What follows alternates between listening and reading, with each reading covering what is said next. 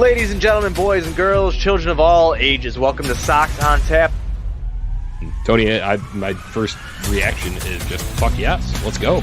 Sox versus the Twins. That's where it all starts. It all starts taking care of business in-house in the Central Division. That's right, I'm a meatball. You got to bring that top button swag, baby. It is always great to beat the Cubs. And I'm a homer, so I always say they're gonna. Dallas Keuchel, Lamson got some beards that you should be afraid of. What everybody said when he gets out there, it's me versus the other guy, and I'm going to beat him. So I just love that mentality. It's cool and fucking tough. Steve, would you say that Tony is mad online? I would definitely say that. The White Sox winner.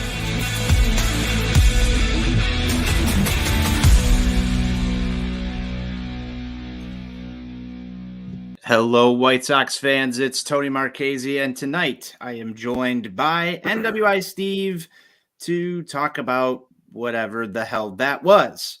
Steve, let's just get right down to business here. How you doing, my friend? Hey, yo, Anthony. Listen, we were talking before we hopped on here. The White Sox decided they just, wanted to fuck around today and not take this thing seriously and just go through the motions. So, hey, fuck it. We might as well just do the same thing. Yeah, Steve, it was an ugly day at the ballpark. Obviously, doubleheader here. You're just getting back, to watching White Sox baseball after whatever, couple of rainouts, maybe a rain out, maybe a cold out. I don't know what you want to call yesterday's nonsense that was going on. A little mad online that this is what I was brought back to in terms of White Sox baseball. It's just ugly. There was... I don't want to talk about this for very long, but Dallas Keuchel in the first game just hit me with some thoughts. Yes, trust me, I've got some thoughts on our buddy Diamond Dallas here. I saw some of his little post-game commentary talking about he thinks he only threw one bad pitch to Jose Ramirez, and when talking about the defense, he thought he had seen everything in this game to this point, and then you see that. Dallas Keuchel, let me tell you a little something.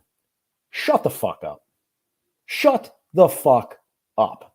I don't want to hear you talk ever again. You had 12 good starts in a White Sox uniform because of a 60-game season.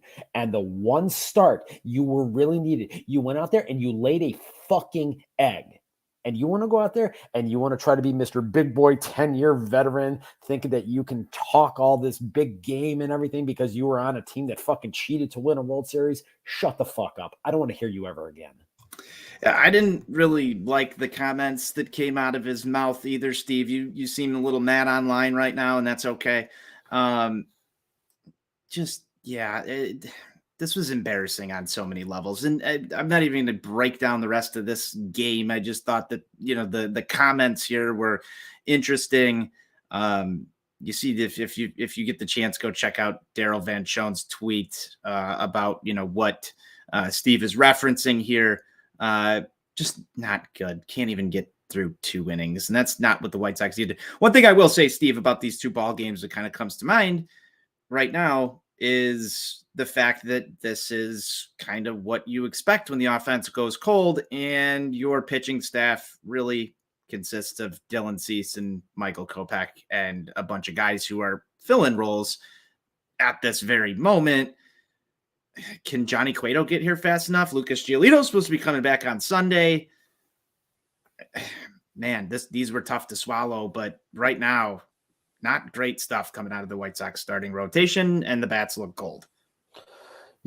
From a pitching standpoint, everyone not named Dallas Keuchel equated themselves very nicely today. You got to really tip your cap to Tanner Banks. He went out there, did a tremendous job during game 1. And then in game 2, Jimmy Lambert put himself in a position to keep this team in the game, made 2 bad pitches on 0-2 counts. That sort of stuff can happen. Why this team continues to pitch to Jose Ramirez is something I will never be able to understand. And we've got about another 7 or 8 years left of this nonsense. So prepare for more eternal heartbreak. The fact of the matter is, so badly wanted that guy traded this offseason. Yeah. But this was the epitome of a White Sox series in Cleveland.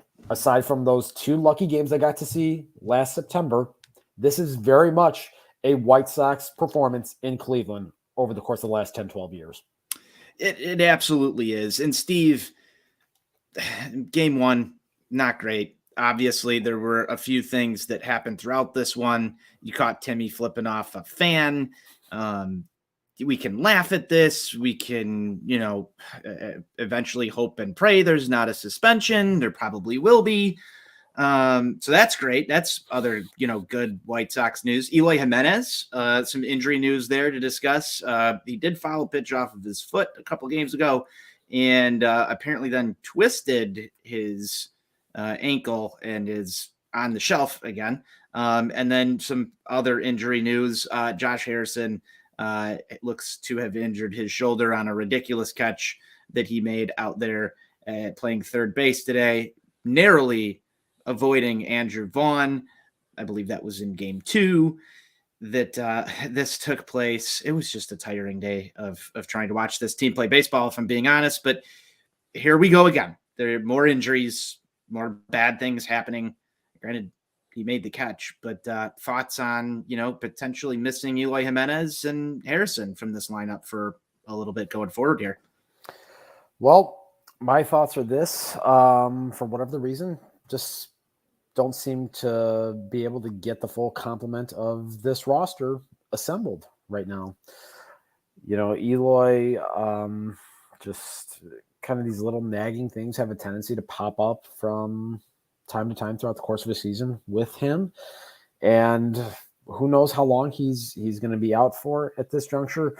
The Harrison play looked pretty nasty when he came down on his shoulder. So who knows what's going to happen from that standpoint. He's not really doing much offensively. So that kind of is what it is. He's done a pretty good job defensively overall, playing in a couple of different spots.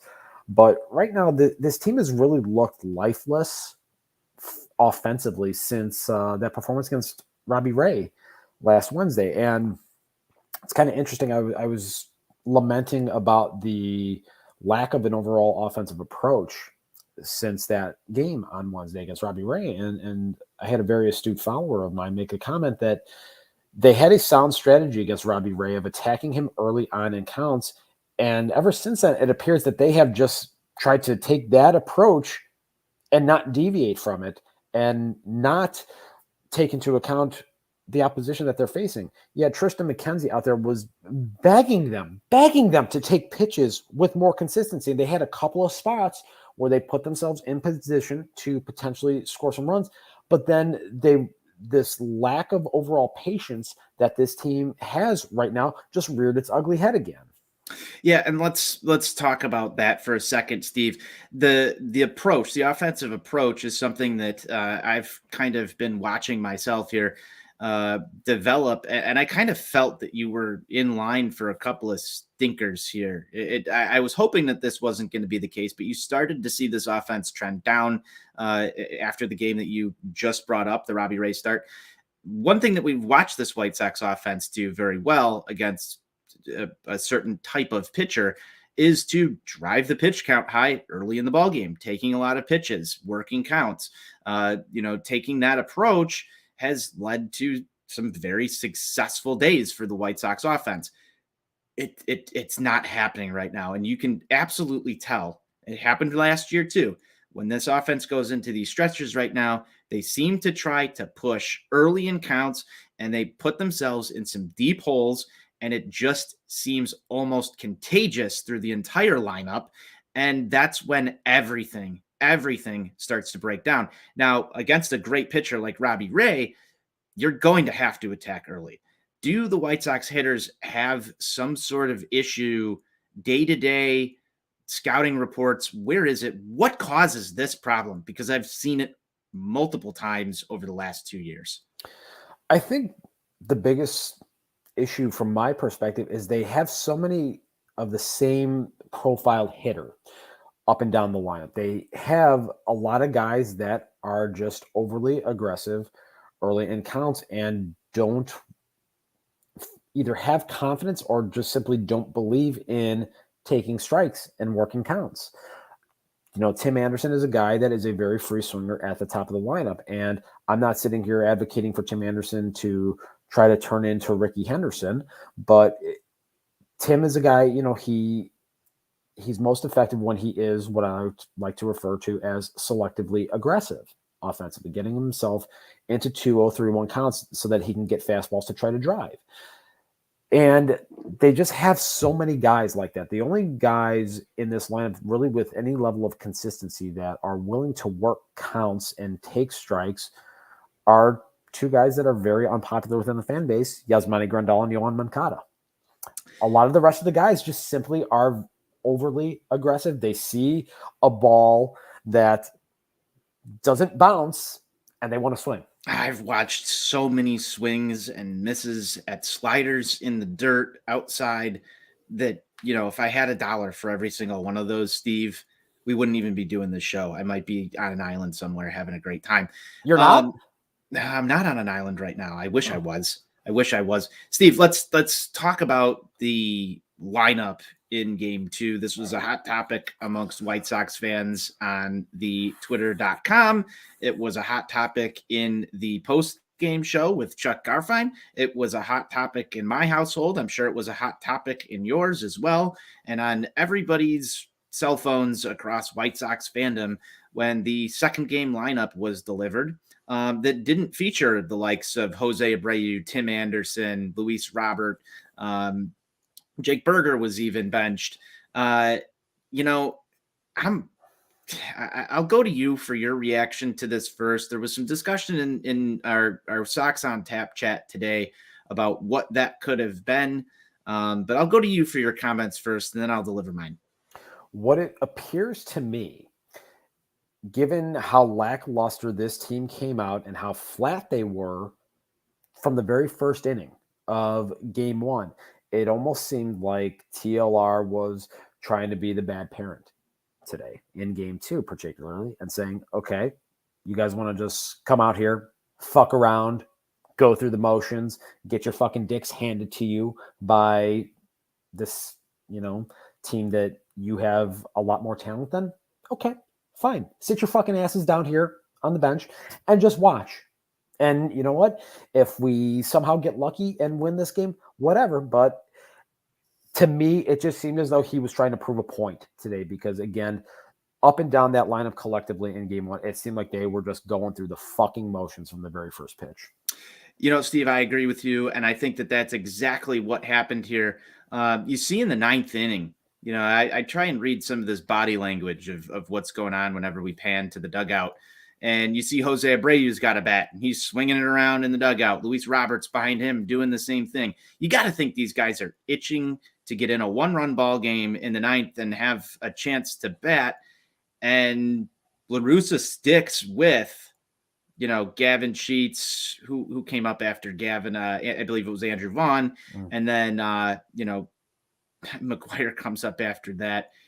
I thought that was kind of cold, honestly. I thought it was a very cold, stark message that, because if you're Jose Abreu, you're sitting on that bench, you're like, I might get in this ball game. I might have a chance to hit. And, I think the bad parent is exactly what this is. You sit down, you watch this baseball game. If you didn't come out to play, and Tony La Russa did make comments after the first game to say that, it's on him. The guys weren't ready to go, and here we go. I think this sends a message, and I hope it does. I hope this sends a stark message to the guys on this team. If you didn't come out ready to play today, we will play people who will want to play. I was a little annoyed at Chuck Garfien during the post-game show today, Steve, and some of the comments that came out of his mouth, honestly. He was talking with Frank Thomas and Ozzie Guillen, and he came on the post-game show and said, quote, I didn't like the lineup. I wanted this team to have a fighting chance in the game. And he was quickly met with some remarks from both Frank and Ozzie that, what good is Luis Robert in this game right now when he's on an 0 for 22 stretch? He didn't show up to play today. Why put him in the game for the second time? I was so appalled at the fact that, even Ozzie calls him out and says, before this, you said you liked this plan, and Chuck wanted to go with, I only liked this plan if it worked. I thought that was just absolutely brutal in the postgame show. I'm calling it out right here. I didn't like hearing that because it's the same whiny fan base stuff that you get on twitter.com every day. And it's just absolutely atrocious. When the team wins, yes, things are good. When the team loses, yes, things are bad.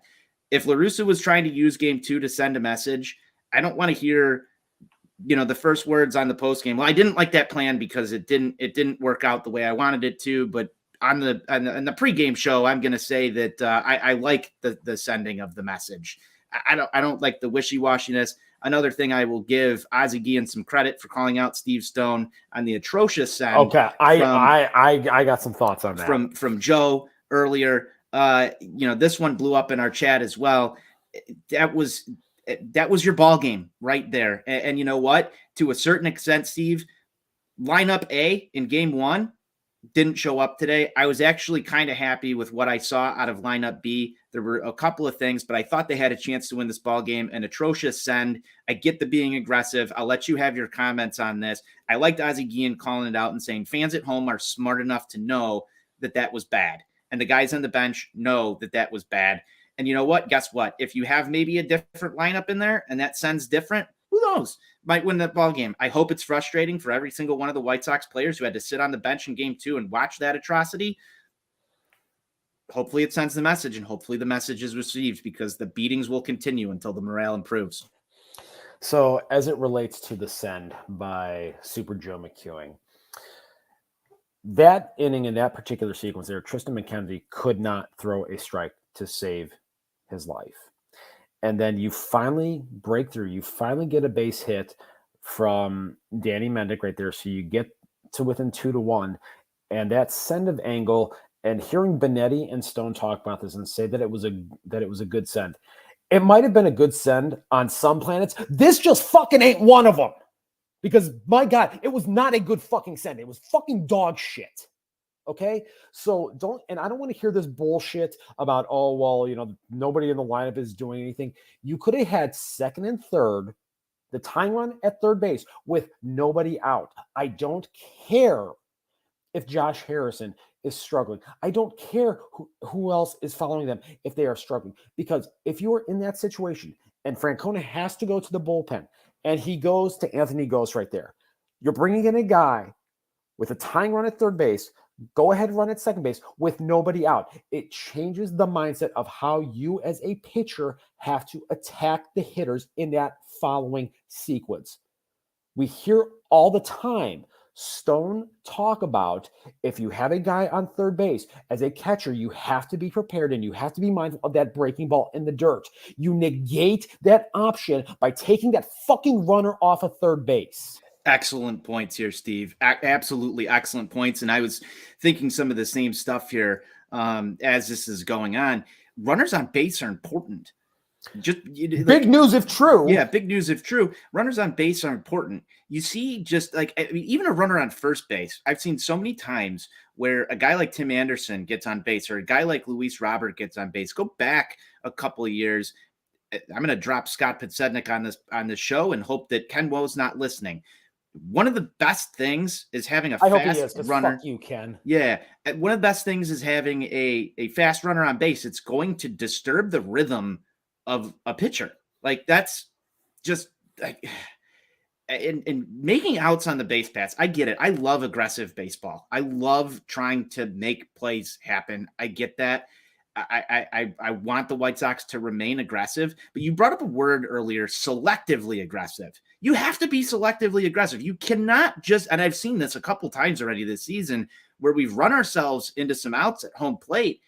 And I know that there's this, unwritten, you never make the out at third, the first out or last out at third base. Like, I don't ever want to see another fucking runner get gunned down by 12 feet at home plate another time this year. I love Joe. I love the antics. I love all of this stuff. Outs. There were 0 outs. Correct. Because it's a momentum killer. And I believe in momentum just as much as I believe in some of the other superstitions and some of this other stuff.